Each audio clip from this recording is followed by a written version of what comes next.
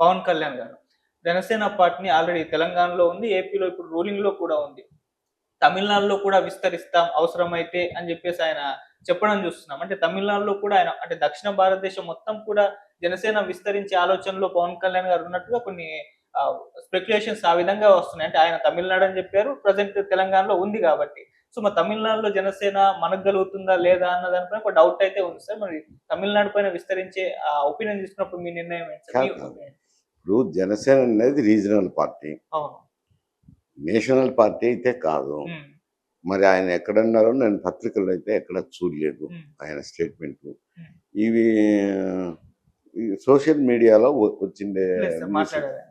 మరి ఏమో నాకు తెలియదు. కానీ ఇక్కడే తెలంగాణ ఒరిజినల్‌గా ఉన్న ఆంధ్రప్రదేశ్‌లో హ్మ్. 2 రాష్ట్రాలుగా విడిపోయి తెలంగాణలో ఇప్పటికీ దాని గురించి ఆలోచన చేయలే. హ్మ్. ఇక్కడే చేయకపోతే గనక తమిళనాడులో చేస్తామని చెప్పడం అంత సౌమ్యంగా కనపడదు. మరి ఏ సందర్భంలో మాట్లాడాలో, ఎందుకు మాట్లాడాలో గానీ హ్మ్. తమిళనాడుకు సంబంధం లేదు కదా! ఈ రీజనల్ పార్టీ అనేది ఇక్కడికి సంబంధమే. మరి ముఖ్యంగా ఆంధ్రప్రదేశ్‌కు, తెలంగాణకు గూడా అంత పెద్ద సంబంధం లేదు. ఇక్కడ ఒక ఏర్పాటు చేయకుండా అక్కడేం పోయి చేస్తారు? హ్మ్.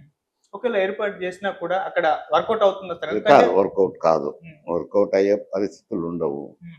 ఆయన ఎందుకన్నారో, ఏమిటి అన్నారో, ఏ సందర్భంలో అన్నారో, ఆయన ఎవరన్నా పత్రికల వాళ్ళు మీరు అక్కడ గూడా పెడతారంటే ఆలోచన చేస్తామని చెప్పిండొచ్చులెండి. హ్మ్. కానీ అంత తమిళనాడులో వర్కౌట్ అవుతానికి అవకాశం లేవు. అంటే సార్ ఇంకో అంటే ఈ స్టేట్‌మెంట్ తర్వాత ఇంకో నరేషన్ ఏంటంటే బీజేపీ ప్లాన్ చేసి ఎంతో తమిళనాడులో కూడా పెట్టిస్తుంది. ఎందుకంటే దక్షిణ భారతం పైన పట్టు సాధించుకునే ప్రయత్నంలో భాగంగా పవన్ కళ్యాణ్ గారైతే బావుంటుంది. తెలంగాణలో అయినా, ఏపీలో అయినా ఇప్పుడు వచ్చింది రూలింగ్.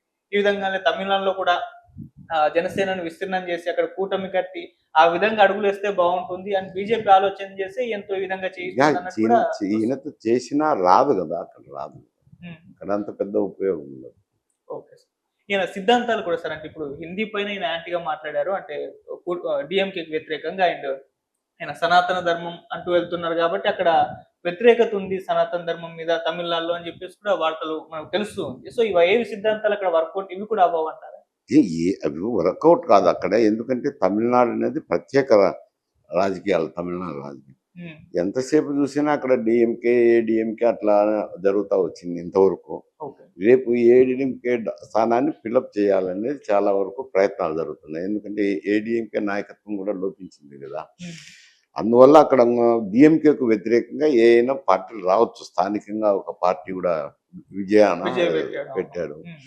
అటువంటి వాళ్ళ బా తమిళనాడు నాయకుల ఆధ్వర్యంలో రావచ్చు కానీ, ఇక్కడి నుంచి ఆంధ్ర నుంచి పోయే నాయకుడు అక్కడ పార్టీ పెట్టి మనగలుగుతదనేది నమ్మకం లేని విషయం. సార్ పవన్ కళ్యాణ్ గారు అంటే వాళ్ళ రాజకీయాలే ప్రత్యేకం. తమిళనాడు రాజకీయాలే ప్రత్యేకం. ఓకే. అంటే సార్ తన పార్టీని జాతీయ స్థాయిలో విస్తరించే ఆలోచనలు ఏమైనా ఉన్నారా? మనమేమో అంతకుముందు ఒకసారి డిస్కస్ చేసాం. జాతీయ రాజకీయ నాయకుడిగా పవన్ కళ్యాణ్ గారు ఎదుగుతున్నారా అని జెప్పేసి, అలా వెళ్ళే ఛాన్స్ ఉందా అని జెప్పేసి మనమే డిస్కస్ చేసాం. ఇప్పుడు ఈ స్టేట్‌మెంటు కంపల్సరీగా అటువంటి ప్రయత్నాలు చేస్తున్నట్టుగా అంత తెలుస్తుంది. జాతీయ స్థాయికి ఎదుగుతారని నేను అనుకోవటం లేదు. ఓకే. అంత ఆయన ఇక్కడ పార్టీని పదిలం చేసుకోవాల్సిన అవసరం ఎంతైనా ఉంది. హ్మ్. ఏది ఆంధ్రాలో. ఓకే. ఇక్కడ ఏమన్నా కూటమి ఏర్పాటు చేసినప్పుడు మరి అది బీజేపీకి వ్యతిరేకంగా వస్తది గదా! అప్పుడు అట్లా అనుకునేదానికి ఎట్లయితది? ఇక్కడ తెలంగాణలో కూటమి ఏర్పాటు చేయాలా అనేది ఒక ఆలోచన అనేది బయటకొచ్చింది. బహిర్గతమైంది హ్మ్. తెలంగాణలో. తెలుగుదేశము, జనసేన ఇవి కలిసి. అవి ఏర్పాటు చేసినప్పుడు తెలంగాణలో జనసేన, తెలుగుదేశం కూటమిగా ఏర్పడినప్పుడు బీజేపీ ఒక అభ్యర్థి ఉంటాడు. హ్మ్. బీఆర్ఎస్‌కి ఉండొచ్చు. కాంగ్రెస్‌కి ఉంటారు. వీళ్ళుంటారు. అవును. అప్పుడు బీజేపీ వాళ్ళు తమిళనాడులో పెట్టిస్తారనే దానికి అవకాశం లేదు. నేషనల్ పార్టీగా రీజనల్ పార్టీస్ ఎదగాలంటే చాలా కష్టాలున్నాయి. ఎదగలేవు. Okay sir. అండ్ తెలంగాణ విషయానికొచ్చేసరికి సార్ అది మీరన్నారు ఇప్పుడు కూటమి కట్టే ఛాన్స్ ఉంది. Janasena, TDP and BJP. దీంట్లో ఆహ్, బీఆర్ఎస్ కలుస్తుందా అని ఒక ప్రశ్న ఎదురైనప్పుడు అంటే రూమర్స్ వచ్చాయి గదా! దానిపైన కేసీఆర్ గారు స్పందించారు. మేము ఎటువంటి కూటమిలో చేరట్లేదు. కూటమి లేకుంటే చంద్రబాబు నాయుడు గారు గెలిచేవారు గాదు ఏపీలో. సో మేము సోలోగా వచ్చి గెలుస్తాం. మాకిక్కడ కూటమి ఏమి అవసరం లేదు అని జెప్పేసి ఆయన స్పష్టంగా ఇచ్చారు. ఇప్పుడు తెలుగుదేశం వాళ్ళు ఫైర్ అవుతున్నారు. కూటమి లేకుంటే మేము గెలవకపోవడం ఏంటి అని జెప్పేసి. సో ఆయన స్టేట్‌మెంట్ మీరు ఏ విధంగా చూస్తారు సార్? అంటే ఆయన వరకు పరిమితమై ఉండాల్సింది. హ్మ్. అది ఎక్కువ మాట్లాడడం. హ్మ్. ఏది ఆంధ్రప్రదేశ్ రాజకీయాల గురించి. ఉమ్, ఒకవేళ వాళ్ళు ఇక్కడ కూటమి రాజకీయంగా ఏర్పాటు చేసినప్పుడు మేము కూటమిలో చేరము, స్వతంత్రంగా నిలబడతామని చెప్పాలి. కానీ ఉమ్, అక్కడ కూటమి లేకపోతే చంద్రబాబు నాయుడు వచ్చేవాడు కాదని మాట్లాడడం తప్పే అవుతుంది.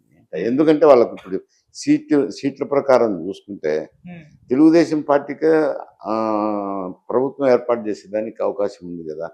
కానీ ఆయన కూటమి ధర్మాన్ని అనుసరించి బీజేపీకి ఇచ్చారు, తర్వాత పవన్ కళ్యాణ్ జనసేన పార్టీకి ఇచ్చారు. ఉమ్, అది కూటమి ధర్మం పాటిస్తున్నారు. ఇండి ఇండివిజువల్గా విడదీసి చూసినప్పుడైతే తెలుగుదేశం పార్టీకే మెజార్టీ ఉంది కదా అక్కడ.